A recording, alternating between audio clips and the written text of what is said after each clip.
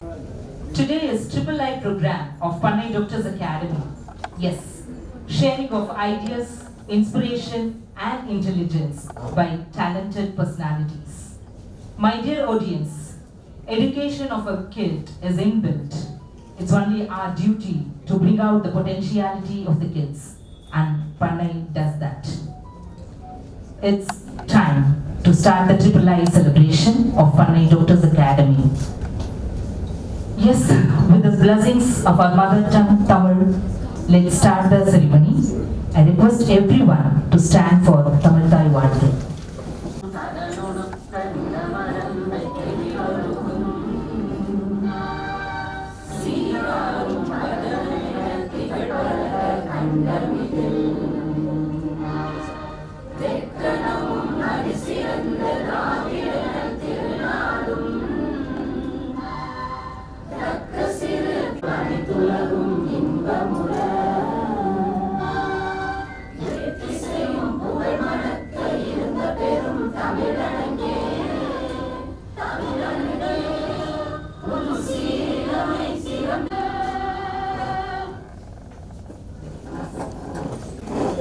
Tamilians are really special in inviting people.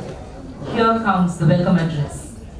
Welcome address by charming personality, Ms. Ponmuri Pannirselvam, the Chief Executive Officer of Pannai Doctors Academy. Sri Ponmuri Pannirselvam, it gives me immense pleasure to welcome you all to a wonderful event. To celebrate this special occasion with us, with the blessing of our founder, Thiru Marimuthu Ayya avargal. So first of all, I am delighted to introduce our chief guest, Mr. Kallimurthy Avargal, retired IPS, who has warmly accepted our invitations to join with us. So his motivational words today is really going to be a milestone, a moment that promises to deliver insight and inspiration to everyone. So my warm welcome goes to Biology Simplified Mr. Senthil Nathan sir, so who has graciously accepted our invitation to join us today for his valuable presence. Welcome you, sir. It's my immense pleasure to welcome our inspiring chairman, like Pannai Engineer Mr. Sridhar Avargal, for his wonderful presence. I'm honored to welcome our successful vice chairman, like Pannai Engineer Mr. Santosham, whose hard work made you all to sit here in this forum. Cordially welcome you, sir. I'm blessed to welcome our talented, intelligent, courageous, dedicated, charming correspondent, Ms. Pannai Leenasri Sridhar, who has always supported for the development of Pannai Doctors Academy. Welcome you, ma'am. So with full of gratitude, I extend my warm welcome to Mr. Thangavelu, who guides and supports by all means for the development of Pannai Doctors Academy. So parents are the real stakeholders of our Pannai Group of Schools and Pannai Doctors Academy. I extend my happiest warm welcome to all parents here. So respected principal, teachers and the parents and students, welcome you all. So today is yours, my dears, tomorrow doctors. Yes, I welcome you all the students who are self-motivated themselves and trying to just get a move of the week. From us, welcome my dear students. So let me welcome media people, photographers, electricians, stage decorators and people from Ibera Grants. So learn from yesterday, live for today, hope for futures. So one of the most awaited moments of the evening has now arrived. Once again, let me welcome you all in our special event. Thank you. முன்னாள் காவல்துறை கண்காணிப்பாளர் முனைவர் திரு ஆ. கல்லியமூர்த்தி, தஞ்சை மாவட்டம் ஊதலூரை சேர்ந்தவர். இவர் தந்தை பெயர் ஐயாவு, தாயார் பெயர் காமு அம்மாள் ஆவர்.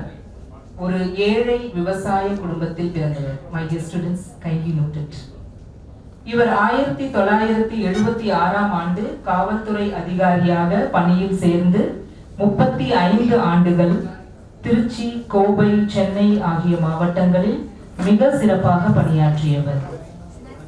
அகில இந்திய அளவில் நடந்த காவல்துறை புலனாய்வு மற்றும் துப்பாக்கி சுடும் போட்டிகளில் 1980, 1983, 1986 முறையே நாசிக், லக்னோ, காஷ்மீர் ஆகிய இடங்களில் தமிழகத்தின் சார்பாக கலந்து கொண்டு 3 முறை தங்கப் பதக்கம் பெற்று தமிழக காவல்துறைக்கு பெருமை சேர்த்தவர் என்பது குறிப்பிடத்தக்கது.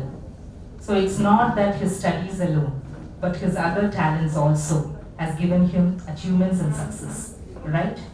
So you have to enrich your skill. You know what? This is a competitive world. அப்படின்னு எல்லாரும் சொல்லியிருப்பாங்க இல்ல? This is not a competitive world. World is for everyone. காத்து எல்லாத்துக்கும் தான் இருக்கு இல்ல? தண்ணி எல்லாத்துக்கும் தான் இருக்கு. It's common for everyone. But it's there within us. நம்மளோட ஸ்கில்லை நம்ம rice பண்ணிக்கிட்டோம்னா we can get success. That's what he has done. Right? 1996 ஆண்டு திருச்சி சிறப்பு புலனாய்வு பிரிவு அதிகாரியாக பணிபுரியும் போது பாண்டியன் எக்ஸ்பிரஸ் தொடர்வண்டியில் குண்டு வைத்த தீவிரவாதிகளையும் 2001 ஆண்டு சென்னை உயர்நீதிமன்ற வழக்கறிஞர் கொலை வழக்கில் மகாராஷ்டிரா மாநிலத்தை சேர்ந்த நிழல் உலக தாதாக்களை தனது சிறப்பான புலனாய்வு விசாரணை மூலம் கண்டுபிடித்து கைது செய்தது போன்றவைகளுக்கான தமிழகத்தின் சிறந்த புலனாய்வு அதிகாரிக்கான தங்கப்பதக்கத்தை தமிழக முதல்வரிடம் பெற்றார். 2001 ஆண்டு தீவிரவாதிகளை தனது உயிரையும் பொருட்படுத்தாமல் பிடித்ததற்காக தமிழக முதல்வரின் வீர தீர செயலுக்கான தங்கப்பதக்கத்தையும் பெற்றவர். 2002 ஆண்டு சென்னையில் பணிபுரிந்த போது தீவிரவாதிகளுடன் நேருக்கு நேர் ஏற்பட்ட துப்பாக்கி சண்டையில் கையில் குண்டடிப்பட்டும் தைரியமாக 2 தீவிரவாதிகளை சுட்டுக் கொன்றதற்காக தமிழக அரசு சிறப்பு பதவி உயர்வு வழங்கி கௌரவப்படுத்தியது. 2006 ஆண்டு ரவுடியிசத்தை ஒழிப்பதற்கான சிறப்பு அதிரடிப்படையின் தலைவராக அரசால் நியமிக்கப்பட்டு 6 மாதத்திற்குள் டெல்டா மாவட்டங்களில் ரவுடிகளை முழுமையாக ஒழித்து அமைதியை நிலைநாட்டி தமிழக முதல்வரின் தங்கப்பதக்கத்தையும் மற்றும் பொதுமக்களின் பாராட்டையும் பெற்றவர். These heroisms we have seen in cinema, right? This is here about the real hero. 2008 ஆண்டு சுமார் 50 ஆண்டுகளுக்கும் மேலாக இந்தியா முழுவதும் வங்கி கொள்ளையில் ஈடுபட்டு வந்த திருச்சி ராம்ஜி நகர் கொள்ளையர்கள் 100 பேரை ஒரே இரவில் கைது செய்து சிறையில் அடைத்ததோடு மட்டுமின்றி அவர்கள் திருந்தி வாழ அரசிடமிருந்து ரூபாய் 1 கோடிக்கும் மேலாக நிதி உதவி பெற்று தந்து அவர்களின் வாழ்க்கையில் ஒளியேற்றியவர். 2008 ஆண்டு இவருடைய அப்பழுக்கில்லாத சேவையை பாராட்டி இந்திய அரசு காவல்துறையின் மிக உயரிய விருதான ஜனாதிபதி விருதினை அன்றைய ஜனாதிபதி திரு APJ அப்துல் கலாம் அவர்களின் கரங்களில் கொடுத்து கௌரவித்தார். இவர் 10 ஆண்டுகளில் 1000 கூட்டங்களுக்கும் மேல் பேசி 10 லட்சத்திற்கும் அதிகமான மாணவர்கள், பெற்றோர்கள், ஆசிரியர்களுக்கு உரை நிகழ்த்தியதற்கான மேனாள் உச்ச நீதிமன்ற தலைமை நீதிபதி சுப்ரீம் கோர்ட் சீஃப் ஜஸ்டிஸ் மாண்புமிகு நீதியரசர் திரு சதாசிவம் அவர்களால் வாழ்நாள் சாதனையாளர் விருது வழங்கி கௌரவிக்கப்பட்டவர். உலக அளவில் பேச்சுலகில் யாருமே இதுவரை சாதித்திராத உலக சாதனையை 2018 ஆண்டு நிகழ்த்தி காட்டியவர். You know what? If you want to become successful, read books. The success can be measured by getting into textbook. நம்மளை பத்தி textbookல வந்துச்சுன்னா அதுதான் success, right? So நம்ம நிறைய புத்தகங்கள் படிக்கலாம், படிச்சு சக்சஸ் ஆகலாம். அந்த சக்சஸை நிர்ணயிக்கிற measurement we need to come into textbook. புத்தகத்துல நம்ம வரணும். He is one of the gentlemen. Welcome you sir. Here our chief guest திரு கலியமூர்த்தி ஐயா அவர்கள் வந்து கொண்டிருக்கிறார்கள். With round of applause, let us welcome him. நமது chairman அவர்கள் திரு ஸ்ரீதர் ஐயா அவர்கள் வந்து கொண்டிருக்கிறார். Welcome you also. I request our chairman sir to honor our chief guest Thiru Kaliyamurthy Ayya avargal with a bouquet.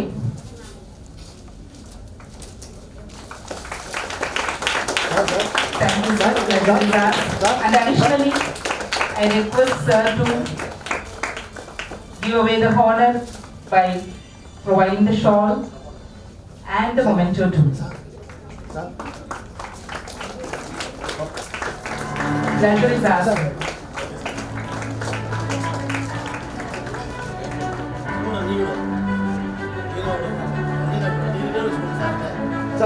Our Vice Chancellor and correspondent band is distributing the memento to our chief.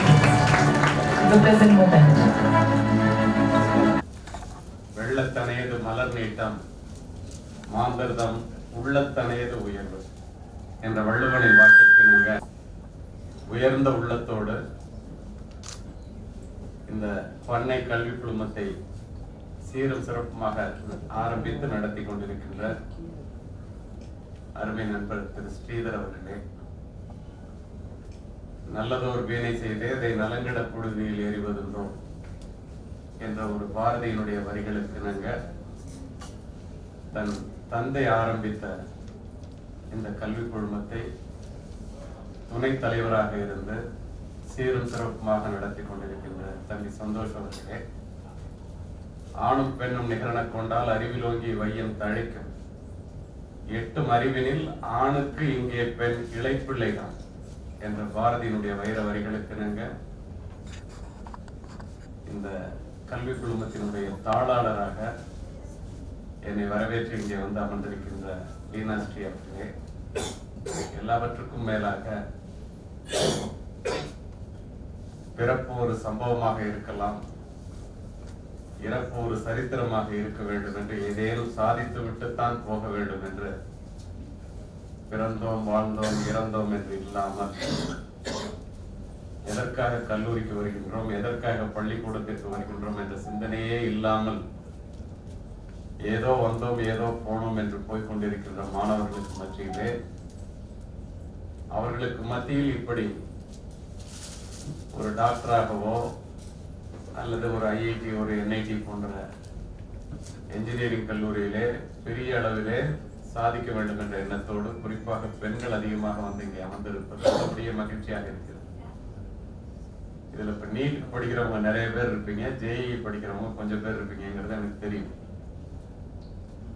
நான் சொல்றத கவனமா நீங்க கேட்டீங்கன்னா, இன்றைக்கு நீங்க எந்த நிலையில இருக்கிறீங்களோ அதை விட மேன்மையான நிலையை உங்களால் அடைய முடியும் என்பதை மட்டும் உத்தரவாதமாக சொல்லிக்கொண்டு என்னுடைய உரையை தோன்று.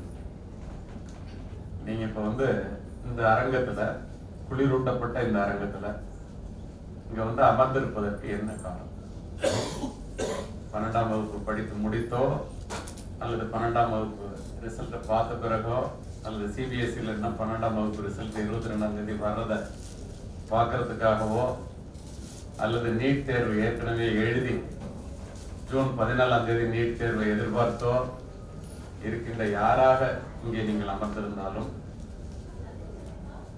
உங்களுக்கு நான் சொல்லிக்கொள்ள விரும்புவதெல்லாம், இந்த இடத்திலே நீங்கள் அமர்ந்திருப்பதற்கு காரணம் ஒரு முன்னாள் காவல்துறை உயர் அதிகாரியாக உங்களை விட அறிவாளிகள், உங்களை விட திறமையானவர்கள், படிக்க வேண்டும் இருந்து மனம் இருந்தும் பணம் இல்லாத காரணத்தினால் கல்லூரியிலே பள்ளி படிப்பை முடித்த பிறகு கால் எடுத்து வைக்க கூட வாய்ப்பில்லாத பல ஆயிரக்கணக்கான இளைஞர்களை, இளம் பெண்களை நான் அறிவேன். அப்படி இருக்கும்போது உங்க அம்மா அப்பா கூட சில பேர் வந்து உங்களை முன்னாடி உட்கார வச்சுட்டு அல்லது போய் நீ நீட் எழுதி டாக்டராக அல்லது ஜேஇ எழுதி பெரிய இன்ஜினியராக அப்படின்னு சொல்றதுக்கு அனுப்புறதே மிகப்பெரிய ஆச்சரியம். என்ன அடிப்படை காரணம்னா, வரப்பிலும் வயலிலும், வெயிலிலும் மழையிலும், பனியிலும் குளிரிலும், அலுவலகத்திலும் வீட்டிலும் தனக்கு கிடைக்காத வாழ்க்கை தன் பிள்ளைகளுக்கு கிடைக்க வேண்டும், தான் அடையாத உயரத்தை தன் பிள்ளைகள் அடைய வேண்டும், தான் வாழாத வாழ்க்கையை தன் பிள்ளைகள் வாழ்ந்து பார்க்க வேண்டும் என்ற எண்ணத்தோடு வரப்பிலும் வயலிலும் விழுந்து புரண்டப்பட்ட காயங்களையும் தழும்புகளையும் தாங்கிக் கொண்டு நமக்கு கிடைக்காத கல்வி நம்ம பிள்ளைங்களுக்கு கிடைக்கணுங்கிற ஒற்றை சிந்தனையோடு முதுகெலும்போடைய பாடுபடுகின்ற தந்தை, முழு வயிறு காணாமல் உன்னை வளர்க்கின்ற தாய், அப்படிப்பட்ட பெற்றோர்களை பெற்ற காரணத்தினால் தான் இந்த இடத்திலே நீங்கள் வந்து அமர்ந்திருக்கிறீர்கள் என்பதை மனப்பூர்வமாக முதலிலே தெரிந்து கொள்ளும். இதான் நீங்க முழுசா தெரிஞ்ச வேண்டிய. எந்த காலத்திலும் இதை மறக்காதீங்க. எல்லாருக்கும் இந்த வாய்ப்பு கிடைக்கவே கிடைக்கும். அடுத்து எல்லாருமே இங்க வந்து உட்கார்ந்து இருக்கிறது வந்து ஒரு டாக்டர் ஆகணும், ஒரு இன்ஜினியர் ஆகணுங்கிற கனவோட வந்து உட்கார்ந்து. இந்த டாக்டர் அப்படின்னா என்ன? ஒயிட் கோட்டை போட்டுட்டு ஸ்டெத்தோஸ்கோப்பை மாட்டிட்டு ஒரு கல்லூரியில படிச்சுட்டு டாக்டர்னு நீங்க பேர் எடுக்கிறதோட மட்டும் இல்லாம உங்க அம்மாவையும் டாக்டர் அம்மாவாங்க, உங்க அப்பாவையும் டாக்டர் அப்பாவாங்க. இப்படி ஒரு கனவுல அந்த பெற்றோர்கள் மிதப்பதற்கு என்ன காரணம்? உங்களுக்கு எத்தனை பேருக்கு தெரிய வேண்டும் என்று தெரியவில்லை. நான் உண்மை சம்பவங்களை மட்டுமே சொல்லுவோம். உங்களை மாதிரி +2 இப்ப நீங்க படிக்கிறீங்க இல்லையா, அது மாதிரி SSLC படிச்சுட்டு நான் படிச்சு முடிச்சுட்டு ஒரு கல்லூரியில சேர்க்கணும் அப்படிங்கிறதுக்காக என்னை அழைச்சிட்டு போகும்போது எனக்கு நான் வாங்கி இருந்த மதிப்பெண்களுக்கு அப்பெல்லாம் மொத்தமே 7 மெடிக்கல் காலேஜ் தான். நான் சொல்றது எவ்வளவு நாளைக்கு முன்னாடி தெரியுமா? 50 ஆண்டுகளுக்கு முன்னாடி, 50 வருஷத்துக்கு முன்னாடி 7 மெடிக்கல் காலேஜ். 500க்கு 457 மார்க். நான் 400 மார்க் வாங்கினாலே டாக்டர் சீட் கிடைக்கும். ஆனா எங்க அப்பா 300 ரூபா தான் பணம் வச்சிருந்தாங்க. 3000 ரூபாய் மட்டும் இருந்தா அப்ப டாக்டர். ஏழை விவசாயி, 5ஆம் வகுப்பு மட்டுமே படித்த ஏழை விவசாயி. அவங்களுக்கு பிள்ளைய டாக்டர் ஆகணும்னு உங்க அம்மா அப்பாவுக்கு எல்லாம் இருக்கிற மாதிரி ஒரு பெரிய ஆசை. அந்த மாதிரி ஒரு சூழ்நிலையில என்னை அழைச்சிட்டு போய் பஸ் நின்ன இடம் மெடிக்கல் காலேஜ். இந்த காலேஜ்ல தான் நீ படிக்க போறியாப்பான்னு கேட்டேன். உண்மையிலேயே என்ன சேர்க்க போறது ஆர்ட்ஸ் காலேஜ். அவங்களுக்கு அதுவே தெரியாது. உன்னதான் டாக்டர் ஆக முடியலப்பா, இந்த மெடிக்கல் காலேஜினுடைய செவுத்தையாவது தொட்டு பார்த்துட்டு வர்றேன்னு என்ன நிக்க வச்சுட்டு போய் மெடிக்கல் காலேஜ் சுவரை தடவி தடவி பார்த்துட்டு கலங்கிய கண்களோடு மதிப்பெண்கள் இருந்தும் கொடிது கொடிது வறுமை கொடிது படிக்கிறதுக்கு பணம் இல்லாத கொடுமை, அதை விட கொடுமைன்னா அழுதுகிட்டே வந்தேன். ஏன் சொல்றேன் தெரியுமா? இப்படி அவர்கள் அன்று செய்ததினால் என் மனதிலே ஏற்படுத்திய தாக்கங்கள்ல நான் பெரிய காவல்துறை உயரதிகாரியாக மாறிய பிறகு நான் என்னுடைய மனைவி உங்க அப்பா அம்மா உங்கள்கிட்ட சொல்ற மாதிரி என்னுடைய பிள்ளைகளிடம் சொல்லி சொல்லி வளர்த்த காரணத்தினால் இந்த சம்பவத்தை அருமை பெற்றோர்களே, அருமை மாணவர்களே, மாணவிகளே, என்னுடைய வீட்டிலே இன்று 4 முதுகலை முடித்த மருத்துவர்கள், நான் 2 மருத்துவமனைகளுக்கு சொந்தக்காரர். இதற்கு காரணம் நான் இல்ல. யாரு? எங்க அப்பா. இப்ப நீங்க டாக்டர் ஆனா என்ஜினியர் ஆனா காரணம் யாருன்னு சொன்ன? உங்க அப்பா அம்மா. ஏன் அப்படி சொன்ன? உலகம் முழுவதும் சென்று உரை நிகழ்த்துவோம். 4 நாளைக்கு முன்னாடி நான் பேசினது மலேசியாவில் உள்ள சைபர் ஜெயா யூனிவர்சிட்டி. அடுத்த மாசம் நான் பேச போறது அமெரிக்கால உள்ள வட அமெரிக்க தமிழ்ச்சங்க பேரவை. இன்றைக்கு உங்கள்கிட்ட நின்று பேசிட்டு இருக்கேன். இந்த மாதிரி ஒரு 100-150 பேர்கிட்ட பேசுறது நான் ரொம்ப ரொம்ப குறைவு. ஆனாலும் நண்பர் ஸ்ரீதர் அழைத்தார் என்ற ஒற்றை காரணத்திற்காக உங்கள் முன் நான் உரையாற்றி கொண்டிருக்கின்றேன். நேற்று சென்னையில பேசிட்டு இன்னைக்கு நைட்டு சென்னைக்கு போய் நாளைக்கு ராமச்சந்திரா மெடிக்கல் காலேஜ்ல பேசணும். இது ஏன் சொல்றேன்னா எனக்காக சொல்லல. அப்படி உலகம் பூரா போய் பேசுற நானு உங்களை ஏன் படிக்கணும்னு சொல்றேன்னா, நீங்க எப்படிப்பட்ட வாய்ப்பை பெற்றவர்கள்னா நல்லா தெரிஞ்சுக்கங்க. உலகத்திலேயே தனக்காக சொத்து சேர்க்காத அப்பாவும் தனக்காக சமைக்காத அம்மாவும் இந்தியாவை தவிர எந்த நாட்டிலும் இல்லை என்பதை தயவு செய்து பிள்ளைகள் தெரிஞ்சு நல்லா உன்னிப்பா கவனிக்கிறீங்க, நல்லா உருவாக்கிறீங்க. கொஞ்சம் பேரா இருந்தாலும் எல்லாருமே கவனமா கேட்குறீங்க. இப்ப டாக்டர் ஆகணும், மொத்தம் எவ்வளவு சீட் இருக்கு? கவர்மெண்ட் காலேஜ் எவ்வளவு இருக்கு? பிரைவேட் காலேஜ் எவ்வளவு இருக்கு? இந்தியால மொத்தம் எவ்வளவு சீட் இருக்கு? தமிழ்நாட்டுல மொத்தம் எவ்வளவு சீட் இருக்கு? இதெல்லாம் தெரிஞ்சாதான் நம்ம டாக்டருக்கு ஆக முடியுமாங்கிற நம்பிக்கையே உங்க மனசுக்கு வரும். நான் உங்களை சிரிக்க வைப்பதற்காக அழைக்கப்பட்டவன் அல்ல, சிந்திக்க வைப்பதற்காக அழைக்கப்பட்டவன். அறிவுபூர்வமான கருத்துக்களை மட்டும் உங்களுடைய மனதிலே விதைக்க வேண்டும் என்ற உண்மை சிந்தனையோடு வேலையே இருக்கும். இந்தியா பூராவுக்கும் 706 மருத்துவக் கல்லூரிகள். இந்த 706 மருத்துவக் கல்லூரிகள்ல 1,06,333 மருத்துவ இடங்கள். மொத்தம் 1,06,333 இடத்துல ஒரு இடத்தை நம்ம வாங்க முடியலன்னா நம்ம பிறந்து என்ன பிரயோஜனம்? படிச்சு என்ன பிரயோஜனம்? ஏன் நம்மளால முடியாது? நம்மால் முடியாது என்று நினைப்பதையெல்லாம் இந்த இந்தியாவிலே, இந்த தமிழ்நாட்டிலே ஆயிரக்கணக்கான பேர் ஒவ்வொரு ஆண்டும் செய்து கொண்டுதானே இருக்கிறார்கள். ரிசல்ட் வரப்போகுது 14ஆம் தேதி, ஜூன் 14. கண்டிப்பா நான் 1,06,000 பேர் போய் சேர போறான். தமிழ்நாட்டில் மட்டும் 10,000 பேர் டாக்டர் ஆக போறாங்க. உங்களை விட வறுமையான, நீங்க படிச்ச பள்ளிக்கூடத்தை விட மிக சாதாரணமான பள்ளிக்கூடத்துல படிச்ச மாணவ மாணவிகளும் டாக்டராக தான் போறாங்க. ஏன் நம்மளால ஆக முடியாது? ஏன் சொல்றேன், ஏன் ஆக முடியாது, ஆகிறதுக்கு என்ன செய்யணுங்கிறதையும் நான் சொல்ற மாட்டேன். இந்த இடத்துல உங்களுக்கு ஒண்ணு சொல்றேன். மொத்தம் 56,000 தோராயமா சொல்றேன். ஒவ்வொரு ஆண்டும் புதுசா மெடிக்கல் காலேஜ் வரும்போது மாறிக்கிட்டே இருக்கும் அந்த எண்ணிக்கை. 56,000 சீட்டு கவர்மெண்ட் மெடிக்கல் காலேஜ்ல மட்டும் இருக்கு. 55,000 பிளஸ் 1000 வச்சிருங்க, 51,000 சீட்டு பிரைவேட் மெடிக்கல் காலேஜ்ல மட்டும் இந்தியா முழுமைக்கு இருக்கு. இந்த நீட் தேர்வுங்கிறது இந்தியா முழுமைக்குமான தேர்வு. எங்க வேணாலும் படிக்கலாம். நீங்க மார்க் அடிப்படையில எந்த காலேஜ்ல வேணாலும் உனக்கு படிக்கிறதுக்கு வாய்ப்பு உண்டு. நீ தான் செலக்ட் மார்க் வாங்கிட்டேன். சரி, மொத்தம் 1,06,333 சீட் இருக்கா தமிழ்நாட்டுக்கு.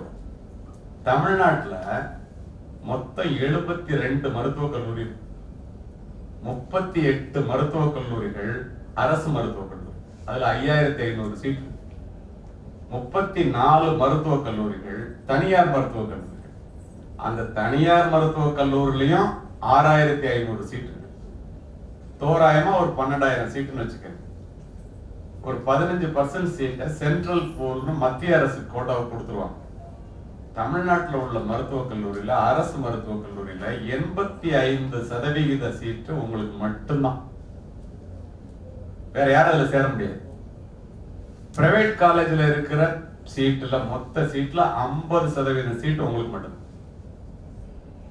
இவ்வளவு பெரிய இப்ப இந்த மத்திய கோட்டாவை கொடுக்குறாங்க இல்லையா, அதுக்கும் மதிப்பெண்கள் அடிப்படையில நீங்க போட்டி போட முடியும். இது இல்லாம இந்தியால எய்ம்ஸ் மட்டும் 21 எய்ம்ஸ் காலேஜ், எய்ம்ஸ் மருத்துவமனைன்னு கேள்விப்பட்டிருக்கீங்க.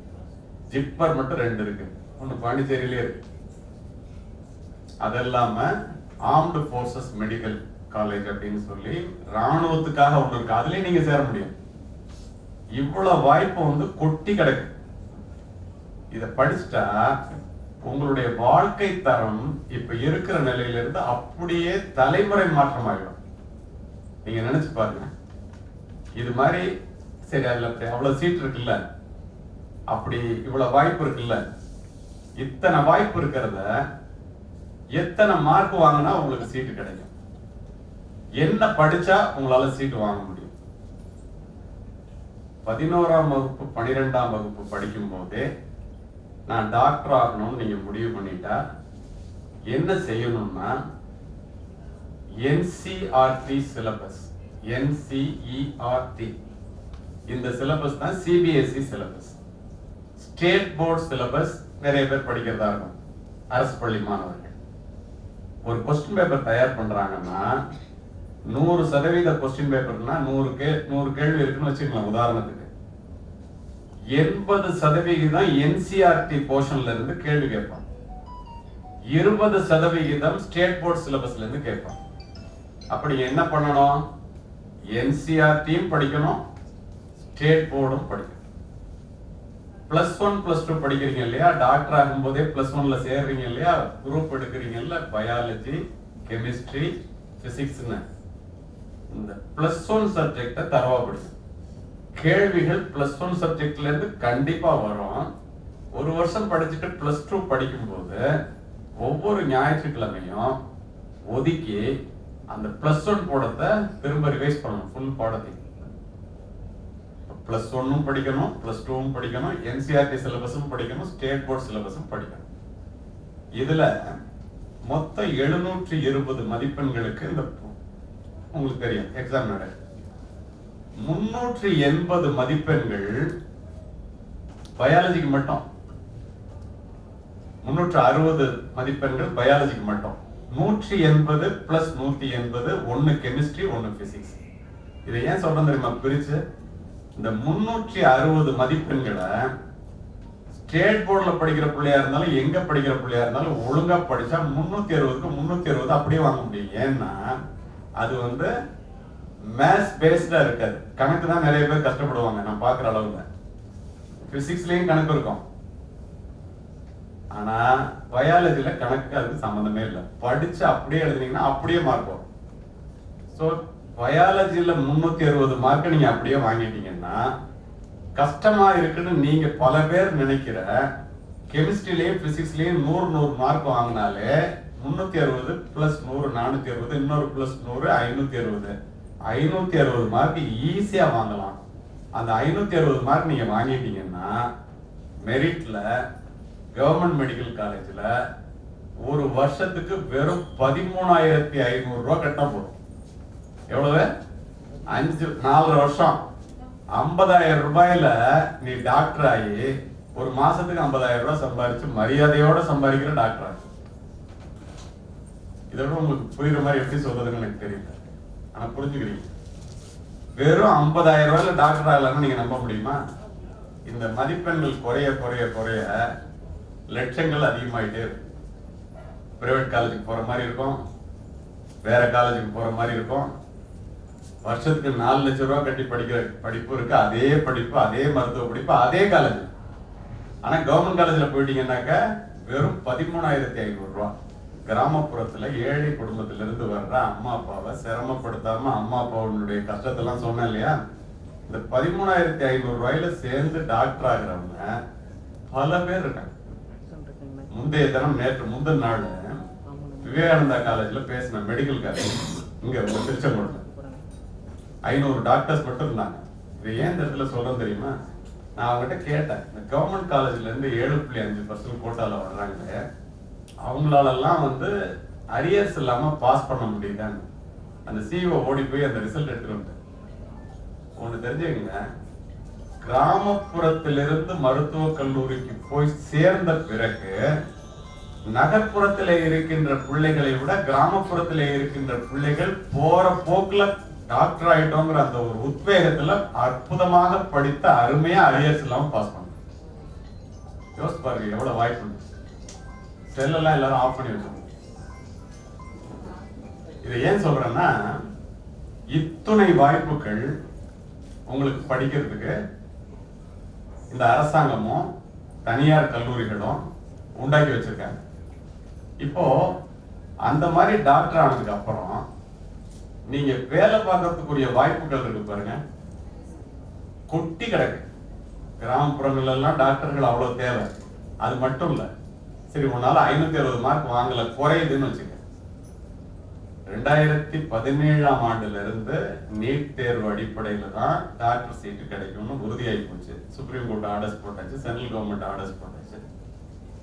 2020ஆவது வருஷத்துல இருந்து சித்தா, யுனானி, ஆயுர்வேதம் இது எல்லாமே அந்த நீட் தேர்வு மதிப்புல தான் கிடைக்குது.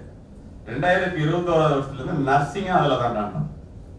அப்போ நீ நர்ஸ் ஆகணும்னாலும், சித்தா டாக்டர் ஆகணும்னாலும், யுனானி படிக்கணும்னாலும், ஆயுர்வேதா டாக்டர் ஆகணும்னாலும், பிடிஎஸ் பல் டாக்டர் ஆகணும்னாலும், எம்பிபிஎஸ் டாக்டர் ஆகணும்னாலும் என்ன படிச்சே ஆகணும்? நீட் படிச்சே ஆகணும். வேற வழியே கிடையாது. அது படிக்கிறது பெரிய கஷ்டமா? அதுவும் இல்லை.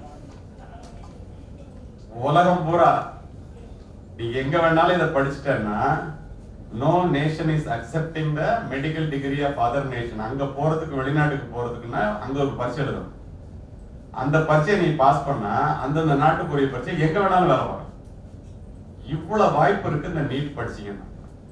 இந்த நீட்டை ஒழுங்கா படிச்சு பாஸ் பண்ணாதான் சீட்டுங்கிறது இன்றைய நிலை. அதனால இருக்கணுமா வேண்டாமாங்கிறதுக்குள்ள நம்ம போகவே வேண்டாம். இன்னைக்கு இருக்கு, நீ படிக்கணும். நீ டாக்டர் ஆகணும்னாக்க நீட் படிச்சுட்டான். சரி, இது நமக்கு தெரியுது. நம்ம ரொம்ப தெரிஞ்சுக்க வேண்டிய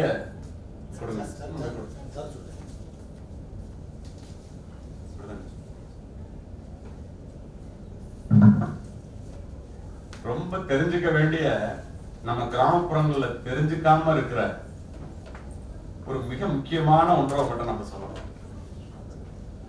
எல்லாரும் ஐஐடின்னு இருக்கு, என்ஐடின்னு இருக்கு, பிட்ஸ்ன்னு இருக்கு, விஐடி இருக்கு, இப்படி எல்லாம் நமக்கு தெரியும். அதெல்லாம் நமக்கு சம்பந்தம் இல்லாத ஒண்ணு. டாக்டர் ஆகலைன்னா என்ஜினியர் ஆகணும். என்ஜினியர் ஆகணும்னா அங்க இருக்கிற ஏதாவது ஒரு என்ஜினியரிங் காலேஜ்ல போய் படிக்கணும். என்ஜினியரிங் காலேஜ்ல படிச்சுட்டு வெளியில வந்தாக்க வேலை இல்லாம சுத்தம். இப்படிங்கிற ஒரு சூழ்நிலை இருக்கிறதா நம்ம நினைக்கிறோம். ஆனா உண்மை நிலை என்ன தெரியுமா? ஒழுங்கா படிச்ச யாருக்குமே எந்த காலேஜ்ல படிச்சாலும் வேலை கிடைக்கலங்கிற சூழ்நிலை இல்ல. ஏன்? படிச்சா வேலை கிடைக்குங்கிற நிலைமை மாறி என்ன தேவையோ அதை படிச்சாதான் வேலை கிடைக்கும் அப்படிங்கிற சூழ்நிலை இன்னைக்கு வந்துருச்சு. If you are preparing for today you are jobless tomorrow அப்படின்னு சொல்லுவாங்க. டெக்னாலஜி வேர்ல்டு, நீ எதை படிச்சாலும் டிஜிட்டல் இல்லாம நம்ம உலகமே இல்லை. அப்படிப்பட்ட டெக்னாலஜி வேர்ல்டுல உன்னை எவ்வளவு எக்ஸ்ட்ரா டிஜிட்டலா எப்படி உன்னை வந்து நீ வளப்படுத்திக்கிறியோ, திறமைப்படுத்திக்கிறியோ, தெரிஞ்சுக்கிறியோ அவ்வளவு வேலை கிடைக்கிறதுக்கு வாய்ப்பு இருக்கு. என்ஜினியரிங் ஃபீல்டு, மெடிக்கல் ஃபீல்டே என்ஜினியரிங் டிபார்ட்மெண்ட் நம்பிதான் இருக்குங்கிற மாதிரி நிலைமை வந்துருச்சு. ஆபரேஷனை ரோபோட் பண்ணுது. அப்போ அப்படி இருக்கும்போது என்ஜினியரிங்னா என்ன? இங்க இருக்கிற நம்ம காலேஜஸ் மட்டும்தான் என்ஜினியரிங் காலேஜா? இல்ல.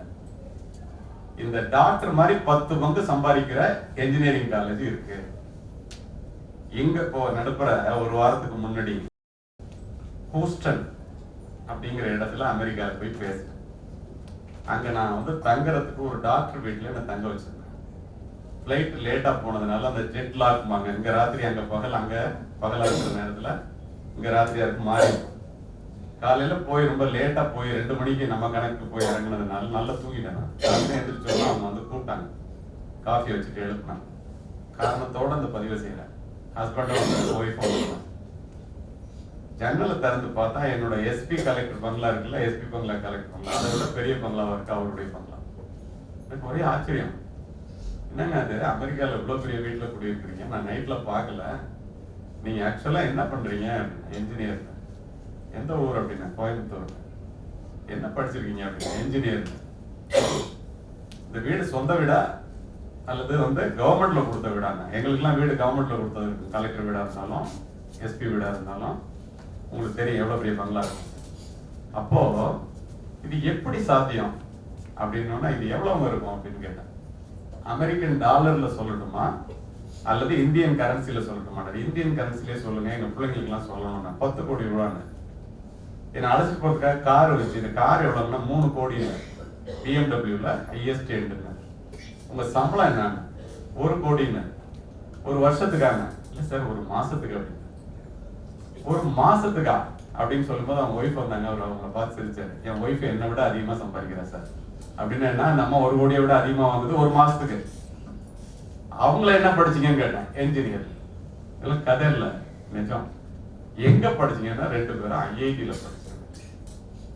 இப்ப சொல்றேன் உங்களுக்கு ஐஐடினா என்ன.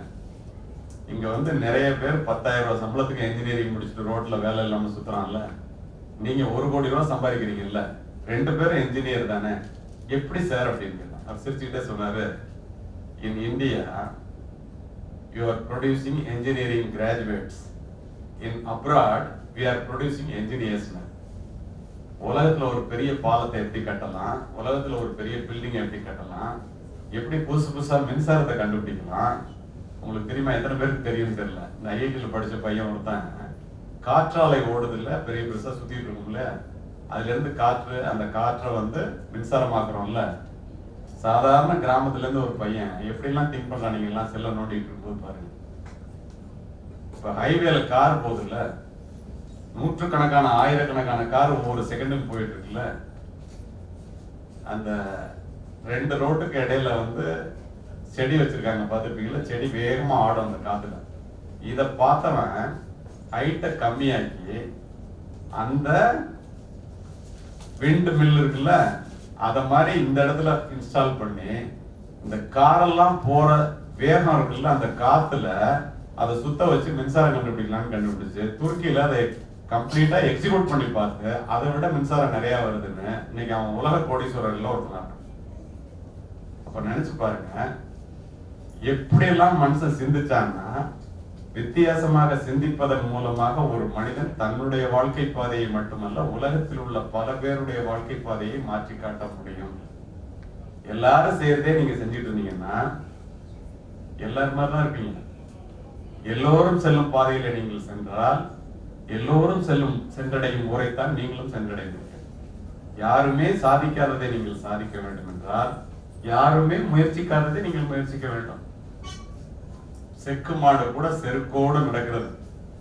எய்த்தாற்போல் வண்டி வாகனத்திற்கு வழியே இல்லை, விபத்திற்கு வழியே இல்லை என்றால் செக்கு மாட்டை போல இருந்தால் புறப்பட்ட இடத்திலேயே புதைக்கப்படும். ஆங்கிலத்தில் சொல்லுவாங்க, it is very safe for the ship to be in the shore, but the ship is not meant for that purpose. கப்பல் கரையிலே இருப்பது கப்பலுக்கு வேண்டுமானால் பாதுகாப்பானதாக இருக்கலாம், நம்ம எல்லாம் ஊர்லயே இருக்கணும், வெளியில எங்கேயும் போக கூடாது. ஆனால் கப்பல் செய்யப்பட்டதனுடைய நோக்கம் அது அல்ல. கப்பல்னா கடல்ல போகணும், அலையை எதிர்கொள்ளணும், புயலை எதிர்கொள்ளணும், சென்றடைய வேண்டிய இலக்கினை சென்றடைய வேண்டும். அதுதான் அது படைக்கப்பட்டதனுடைய நோக்கமே. இங்க படிக்கும்போது படிச்சாங்கல்ல, தேடி சோறு மிதந்து என்று பல சின்ன சிறு கதைகள் பேசிங்க. சும்மா வெட்டித்தனமா பேசிக்கிட்டு பிறந்தோம், வளர்ந்தோம், சாப்பிட்டோம், கல்யாணம் பண்ணிட்டோம், குழந்தைய பெற்றுட்டோம், ஒரு 10,000 20,000 எங்கேயாவது வேலைக்கு போனோம், ஒரு 2 வீலரை வந்து பேங்க்ல லோன் போட்டு வாங்கிட்டோம், ஒரு 2 பெட்ரூம் வீடு பேங்க்ல லோன் போட்டு வாங்கிட்டோம், இஎம்ஐ கட்டியே சேர்த்து போயிட்டோம். அதற்காக கொடுக்கப்பட்ட வாழ்க்கை இல்லை இது. அப்போ இந்த மாதிரி என்ஜினியர்ஸும் இருக்காங்க, இங்க இருக்கிறவங்க இந்த மாதிரி என்ஜினியர்ஸ் இருக்காங்க. இதுக்கு என்ன காரணம் அப்படின்னா, இந்த ஐஐடின்னு சொல்றாங்க, ஜேஇங்கிற எக்ஸாம் வந்து கொஞ்சம் பேர் மட்டும் அதுக்கு படிக்கிறாங்கன்னு சொல்லி அவர் பேசும்போது என்கிட்ட சொன்னார் போன்ல. ஸ்ரீதர் சொல்லும்போது சொன்னார், படிக்கிறீங்களா இல்லையா, இன்னும் படிக்க போறீங்களா, நான் சொல்றது தெரிஞ்சு.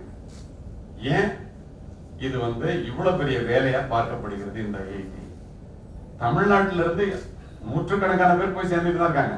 கிராமப்புறத்துல இருந்து, மணப்பாறையில இருந்து ஒரு பையன் தடவை ஐஐடியில சேர்ந்திருக்கான். உங்களுக்கு தெரியும், அவன் மட்டும் எங்க இருந்து வந்தான்? அரசு பள்ளியில படிச்சுட்டு ஐஐடியில சேரணும். எப்படி சாத்தியப்பட்டது? இந்த ஐஐடினா என்ன? இந்தியா முழுமைக்கும் 23 ஐஐடி.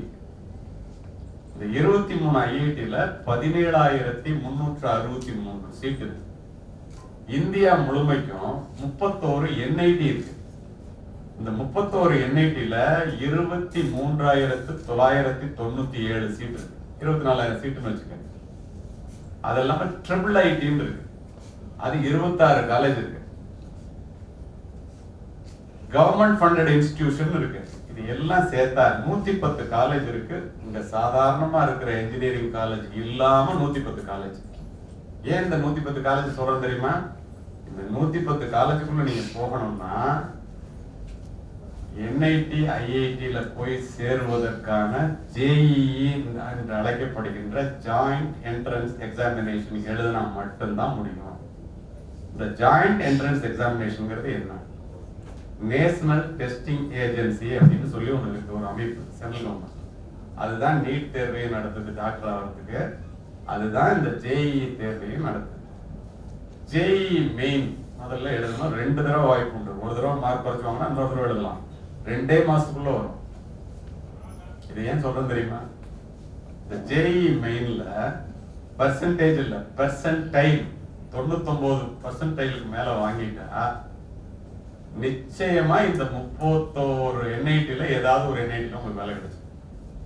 இதே இன்ஜினியரிங் படிப்பு அந்த என்ஐடில மட்டும் படிச்சு நீங்க வெளியில வந்தீங்கன்னா இங்க 30,000 ரூபாய் சம்பளம் வாங்குவான், அவன் ஒரு மாசத்துக்கு 3 லட்சம் ரூபாய் சம்பளம். இதை விட 10 பங்கு அதிகமா சம்பளம் வாங்குவான். இதே இந்த ஜேஇஇ மெயின்ல 99க்கு மேல நீங்க வாங்கி குவாலிஃபை ஆயிட்டீங்கன்னா ஜேஇஇ அட்வான்ஸ்னு ஒரு தேர்வு இருக்கு. அது 360 மார்க்குக்கு நடக்கும் அந்த தேர்வு. நல்லா கவனமா கேக்குறீங்க. அந்த 360 மார்க்ல 250 மார்க் வாங்கினீங்கன்னா போதும், பாம்பே ஐஐடிலே கிடைக்கும். பாம்பே ஐஐடின்னு ஏன் சொல்றாங்கிறத பின்னாடி சொல்றேன். பெற்றோர்களும் தெரிஞ்சுக்கங்க, பிள்ளைகளும் ரொம்ப அற்புதமா கேக்குறீங்க, தெரிஞ்சுக்கங்க. இந்த ஐஐடில நீ போய் சேர்ந்துட்டேன்னா இந்த மாதிரி மார்க் எடுத்து மதிப்பெண்கள் எடுத்து ஒரு மாசத்துக்கு 10 லட்சம் ரூபாய், ஒரு வருஷத்துக்கு 1,20 லட்சம் ரூபாய் சம்பளம். நீங்க நினைச்சு பாருங்க, இங்க 10,000 ரூபாய் இன்ஜினியரிங் படிச்சுட்டு நான் வாத்தியாரா போறேன்னு சொல்லிட்டு 10,000 ரூபாய் சம்பளம் வாங்குறவன்னு எனக்கு தெரியும். அவன் எவ்வளவு வாங்குறான்? 10 லட்சம் ரூபாய் வாங்குறான்.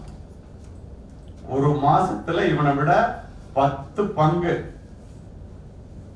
100 பங்கு அதிகமா வாங்குறான். அப்ப நீங்க நினைச்சு பாருங்க, இவனுடைய வாழ்க்கை தரம் எப்படி இருக்கும், அவனுடைய வாழ்க்கை தரம் எப்படி இருக்கும். எல்லாரும் 10 மாசம் இருந்து பிறந்திருக்கோம், எல்லாரும் பள்ளிக்கூடத்துல படிச்சிருக்கிறோம், எல்லாருக்கும் கடவுள் ஒரு நாளைக்கு 24 மணி நேரத்தை தான் கொடுக்குறாரு. அவனால பண்ணும்போது நம்மளால ஏன் பண்ண யோசிங்க. இப்போ இந்த NIT IIT படிக்கிறாங்க இல்லையா, ஏன் அந்த பாம்பேன்னு சொன்ன தெரியுமா? மொத்தம் இந்த 23 IIT இருக்கு இல்லையா, இந்த IIT-ல 7 IIT-ல சேர்றதுக்கு பெரிய போட்டி இந்தியாவில் உள்ள உங்களை மாதிரி பிள்ளைங்களால பெரிய போட்டி. ஏன் தெரியுமா? சுந்தர் பிச்சைன்னு எல்லாரும் படிப்பீங்க. பல லட்சம் கோடிக்கு அதிபதி. சாதாரண குடும்பத்துல இருந்து இந்தியால இருந்து தமிழ்நாட்டுல இருந்து போனாரு. சத்யாநாதல்லா பல 1000 கோடிக்கு அதிபதி. சத்யாநாதல்ல யாரு? மைக்ரோசாப்டோட CEO. சுந்தர் பிச்சை யாரு? அல்பாபெட் கூகுள் ரெண்டுக்கும் CEO. எங்க இருந்து போனாங்க? இந்தியால. இது மாதிரி 10 பேரை சொல்லலாம். சிவநாடார்ல இருந்து ஆரம்பிச்சதெல்லாம் அப்படியே வச்சிருக்கேன். இவங்கெல்லாம் என்ன ஏன் இதை சொன்னா, கரக்பூர் வெஸ்ட் பெங்கால்ல இருக்கு IIT.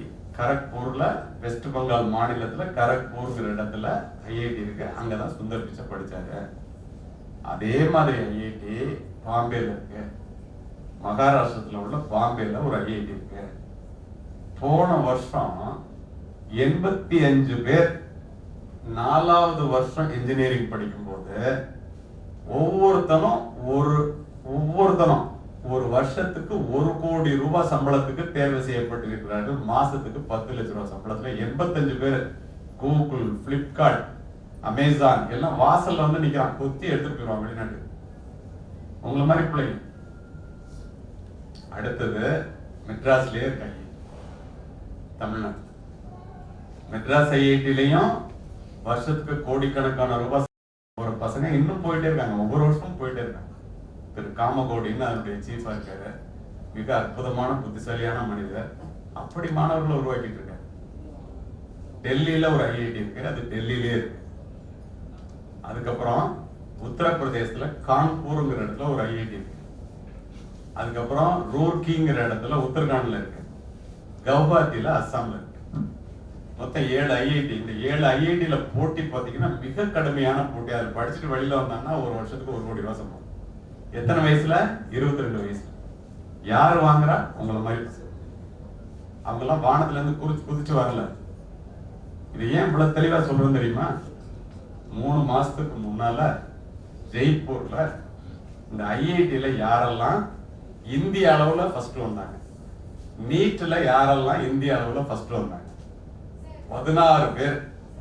இந்த 16 பேருக்கு பிரைஸ் கொடுக்கறதுக்கு என்னையும் ஒரு ஓய்வு பெற்ற தலைமைச் செயலாளரையும் கூப்பிட்டுருந்தாங்க. நான் பார்த்த உடனே டிஸ்ட்ரிக்ட்ல ஸ்டேட்ல ஃபர்ஸ்ட் வர்றதுக்கு நீட்ல படாத பாடு படுறாங்களா? நீ ஆல் இந்தியா லெவல்ல வந்திருக்கியா? மார்க் என்னன்னு கேட்டேன். அங்க உட்கார்ந்தவங்க 11 பேர் 720க்கு 720 மார்க். நான் உங்கள்கிட்ட 560 மார்க் வாங்கினா 13,500 ரூபாயில படிக்கலாம்னு சொன்னேன் டாக்டர். அவன் எத்தனை மார்க் வாங்கியிருக்கான்? 720க்கு 720. அம்மா அப்பாலாம் நல்லா கேட்டுருங்க. அவங்க எல்லாம் வானத்துல இருந்து புதுசு பெரிய குபேர குடும்பத்துல இருந்து வந்து பெரிய டியூஷன் சென்டர்ல படிச்சவங்க இல்ல. கல்பனா குமாரின்னு ஒரு பொண்ணு இல்ல.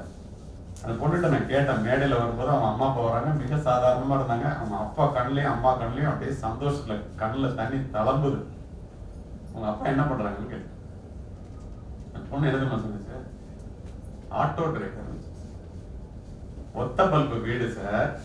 எங்க அப்பா நான் படிக்கிறதுக்கு குளிர் காலத்துல வரும்போது படிக்கும்போது டிஸ்டர்ப் ஆயிடக்கூடாதுங்கிறதுக்காக ஒரு பக்கம் அப்படியே ஆட்டோலயே நுடக்கிட்டு படுத்துக்குவார் சார்.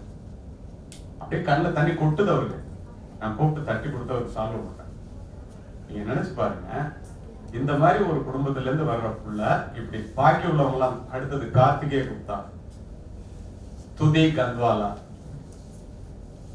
அஸ்வின், பிரணாப் முகர்ஜி, இதெல்லாம் வர்றான் நார்த் இந்தியால இருந்து. இவன்லாம் எல்லாருமே அப்பா அம்மா டீச்சர், அப்பா அம்மா வாத்தியார், சாதாரண குடும்பத்துல இருந்து வர்ற பசங்க.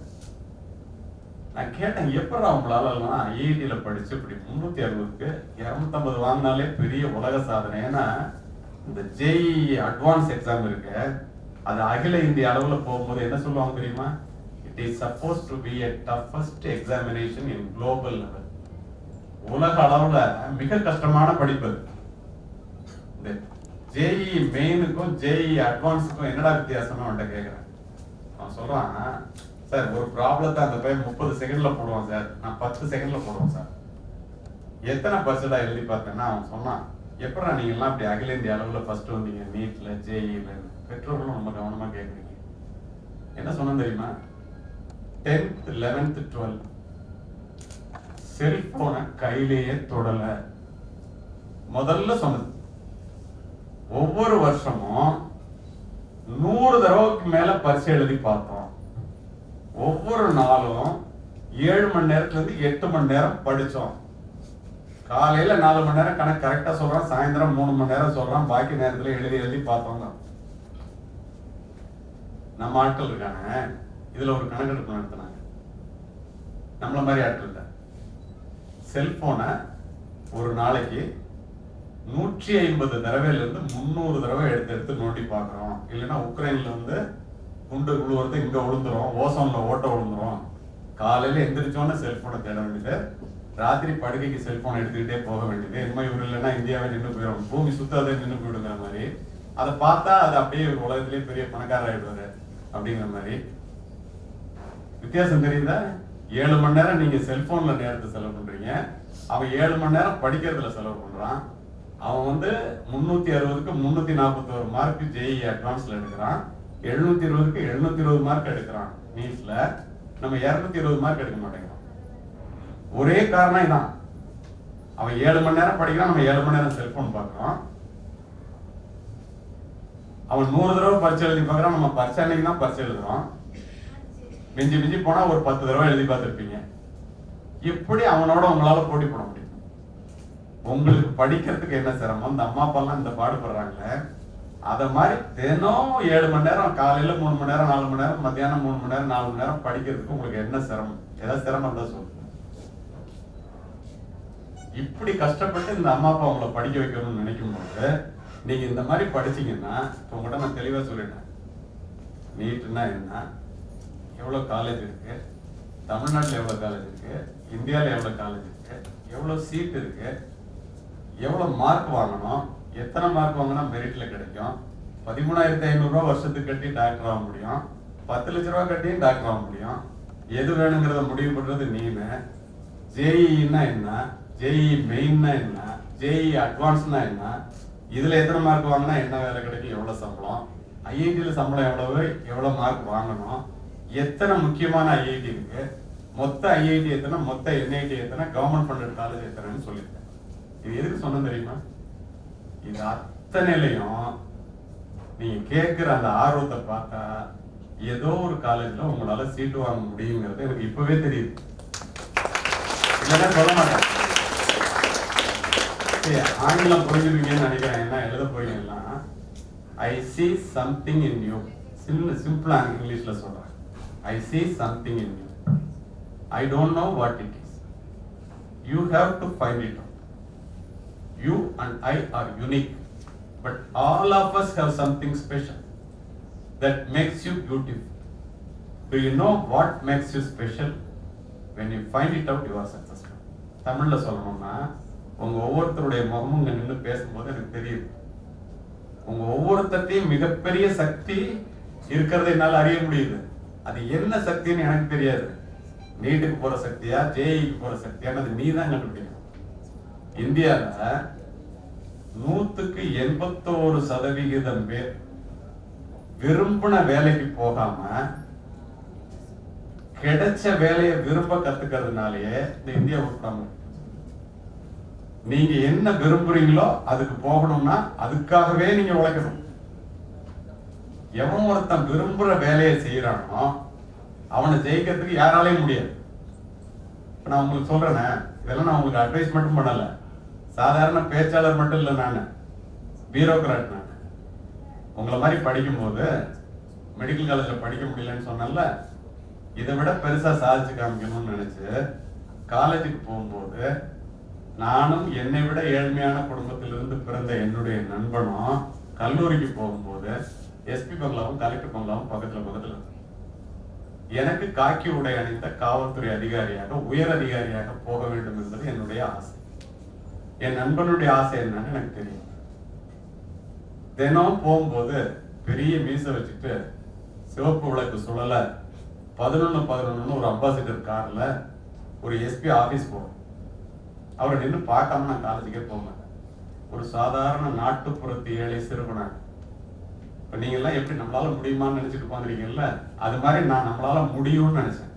ஏன் அப்படி நினைச்சேன் தெரியுமா? நம்மால் முடியாது என்று நினைப்பது மூட நம்பிக்கை, நம்மால் முடியுமா என்று நினைப்பது அவநம்பிக்கை, நம்மால் முடியும் என்று நினைப்பதே நம்பிக்கை, தன்னம்பிக்கை. அதான் தன்னம்பிக்கை. அப்படி நினைச்சேன் நான். ஒரு நாள் ஒரு காரை நிறுத்தினேன். ஏன்டா 2 பேரும் காலேஜ் போறியா, தினம் பார்க்குறோம் 9 மணிக்கு நினைக்கிறேன். நான் அவர்கிட்ட கேட்டேன்,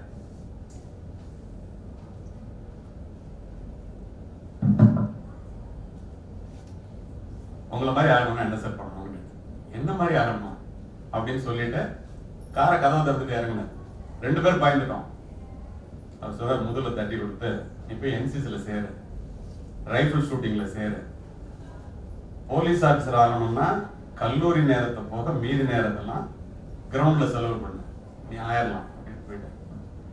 என்னுடைய நண்பனினுடைய ஆசை என்னன்னு எனக்கு தெரியாது.